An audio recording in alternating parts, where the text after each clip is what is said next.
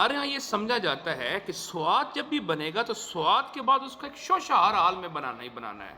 Let's سو دیکھیں سواد کا لوگ جوڑ نکالتے ہیں الف کے ساتھ، تو یہ یوں کر دیتے ہیں سواد ہے، یہ یوں کیا اور یہ یوں کرنا سمجھتے ہیں یہ فرض ہے.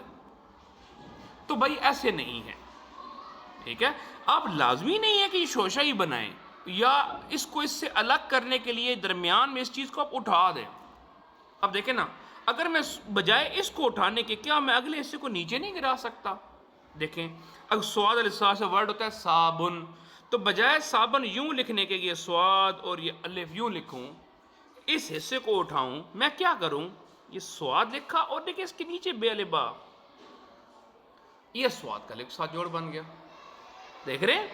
یہ دیکھیں یہ سواد ہے اور یہ الف، یہ سواد ہے اور یہ الف. اسی طرح دیکھیں سواد کا لام کے